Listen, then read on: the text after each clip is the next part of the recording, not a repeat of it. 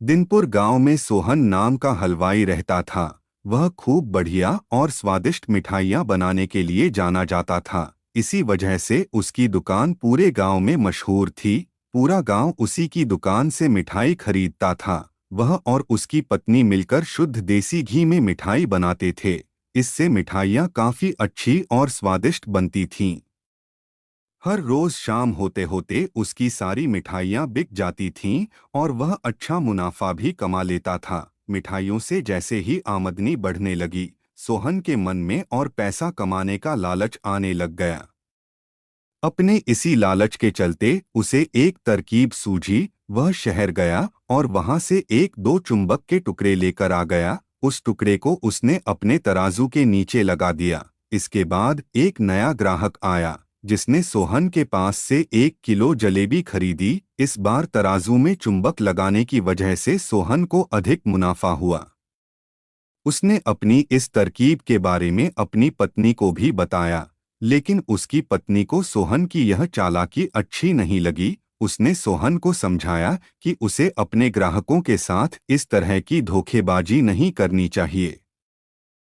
लेकिन सोहन ने अपनी पत्नी की बात बिल्कुल भी नहीं सुनी। वो हर रोज तराजू के नीचे चुंबक लगाकर अपने ग्राहकों को धोखा देने लगा। इससे उसका मुनाफा बढ़कर कई गुना अधिक हो गया। इससे सोहन को काफी खुशी हुई। एक दिन सोहन की दुकान पर रवि नाम का एक नया लड़का आया। उसने सोहन से 2 किलो जलेबी खरीदी।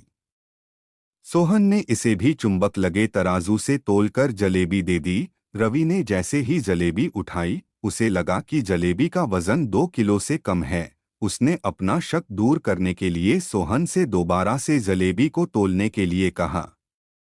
रवि की बात सुनकर सोहन चिढ़ गया। उसने कहा, मेरे पास इतना फालतू समय नहीं है कि मैं बार बार तुम्हारी जलेबी ही तोलता रहूं। इतना कहकर उसने रवि को वहां से जाने के लिए कह दिया। सोहन मिठाई वाले की बात सुनने के बाद रवि जलेबी लेकर वहां से चला गया। वह एक दूसरी दुकान पर गया और वहां बैठे मिठाई वाले से अपनी जलेबी तोलने के लिए कहा। जब दूसरे दुकानदार ने जलेबी तोली तो जलेबी सिर्फ 1.5 किलो ही निकली। अब उसका शक यकीन में बदल गया था। उसे पता चल गया कि सोहन मिठाई वाले के तराजू में कुछ गड़बड़ है। अब उसने तराजू की गड़बड़ को सबके सामने लाने के लिए खुद एक तराजू खरीद लिया और उसे ले जाकर सोहन मिठाई वाले के दुकान के पास ही रख दिया। फिर रवि अपने सभी गांव के लोगों को वहां पर इकट्ठा करने में लग गया। जैसे ही लोगों की थोड़ी भीड़ बढ़ने लगी, तो उसने गांव के लोगों को कहा कि आज मैं आप सभी लोगों को एक जादू दिखाऊंगा। यह जादू देखने के लिए बस आप लोगों को सोहन मिठाई वाले से खरीदा गया सामान एक बार इस तराजू में तोलना होगा। तब आप लोग देखेंगे कि कैसे सोहन मिठाई वाले के तराजू में तोली गई मिठाइयाँ इस दूसरे तराजू में अपने आप ही कम हो जाती हैं। कुछ देर बाद एक दो लोग मिठाई लेकर रवि के पास पहुँचे, तो उसने ऐसा करके भी दिखाया। इसके बाद सोहन के दुकान से जिसने भी मिठाई खरीदी थी, सभी ने रवि के तराजू में तोलकर देखा तो सबकी मिठाइयाँ 250 ग्राम से लेकर आधा किलो तक कम निकली। यह सब देखकर लोगों को काफी हैरानी हुई। अपनी दुकान के पास ही यह सब होता देख सोहन मिठाई वाला रवि से झगड़ा करने लगा।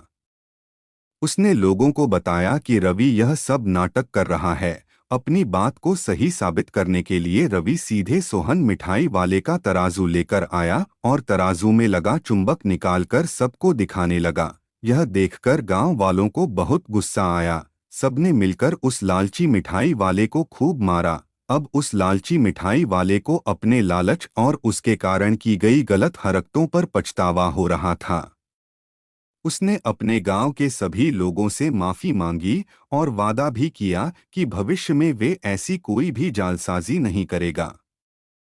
सोहन की इस धोखेबाजी से पूरा गांव नाराज था, इसलिए लोगों ने उसकी दुकान में जाना काफी कम कर दिया। इधर सोहन के पास पछताने के अलावा कुछ और नहीं बचा, क्योंकि वो पूरे गांव वालों का भरोसा खो चुका था। कहानी की सीख ये कि कभी भी लालच नहीं करना चाहिए। हमेशा ईमानदारी के साथ अपना काम करने से ही इंसान का नाम होता है। लालच के चलते भले ही कुछ समय के लिए अच्छा फायदा हो, लेकिन इससे इज्जत और आत्मसम्मान दोनों कम हो जाते हैं।